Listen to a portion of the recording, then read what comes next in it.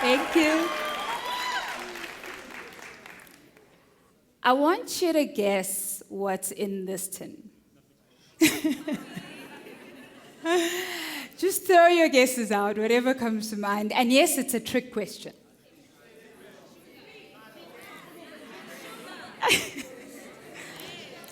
A 100%.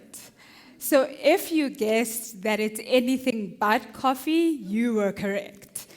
It looks like we all had the same childhood. I think that's where my trust issues actually... I think that's where my trust issues span from. But this I can forgive. The coffee, they had to put sugar. It's fine. I can forgive it. But the one that absolutely broke my heart, the one that absolutely wrecked me, was this one right here.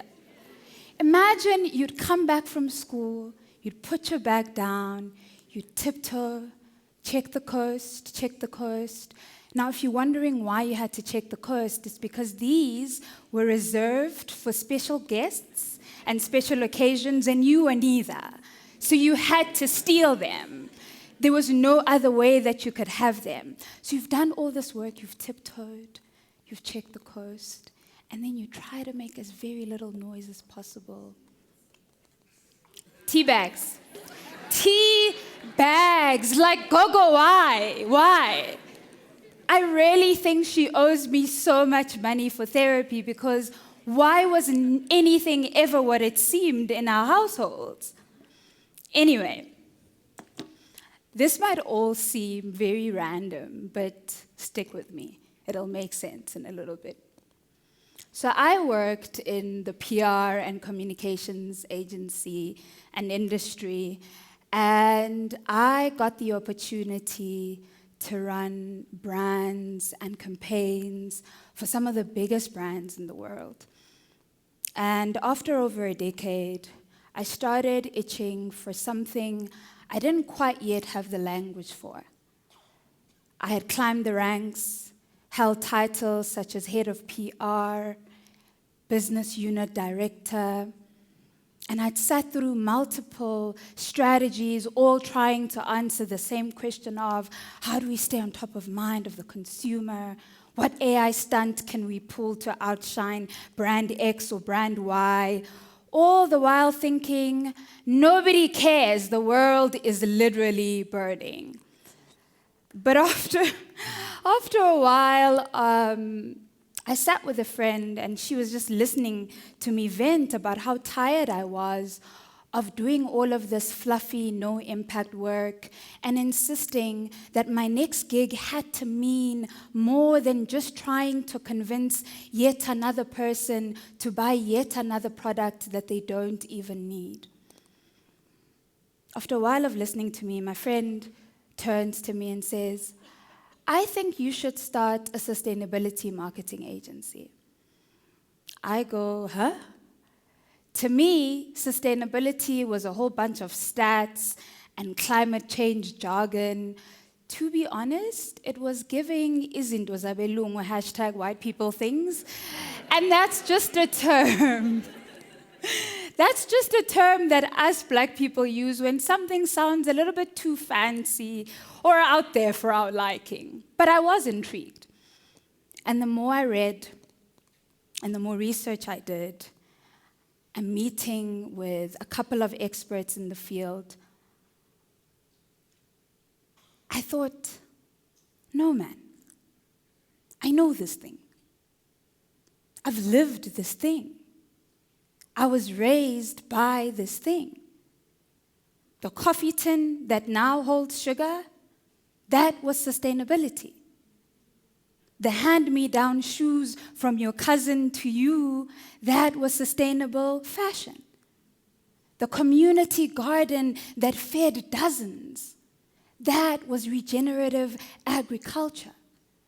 You see, we were sustainable long before it became an urgent call to action or fancy catchphrase. Allow me to introduce to you a commonly used phrase in many black households. Ukonga. It means to use sparingly, to not waste, to consume while keeping in mind those that are still to come. In other words, reduce, reuse, recycle. What if the solution to getting the masses to understand the importance of their impact of our future is not by scaring them with doom and gloom statistics that they don't even understand? What if it's about taking them back to a world that once was and reminding them of what their ancestors and forebears always knew to be true, which is that the land is sacred and should be treated with reverence and honor. That batubile, people first, or umuntu ngumuntu ngabantu, I am because you are, weren't just slogans, but a way of life. To meet the demands of the future, we have to go back to being a people that understand the meaning of Ukonga. We have to go back to being a people that do not take more than what they need. We must go back to being a people that use what we have now while keeping in mind those that are still to come. So when you teach sustainability to Africans, when you write your articles or hold your conferences on new legislation, remember that this crisis wasn't built by our ignorance or lack of education. It was created by our deviation from what truly matters. But most importantly, remember that some of the answers we now seek in new technologies are also neatly hidden in some of our old and primitive ways.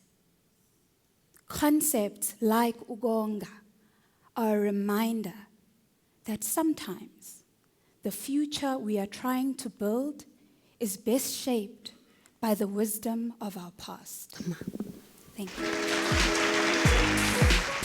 you.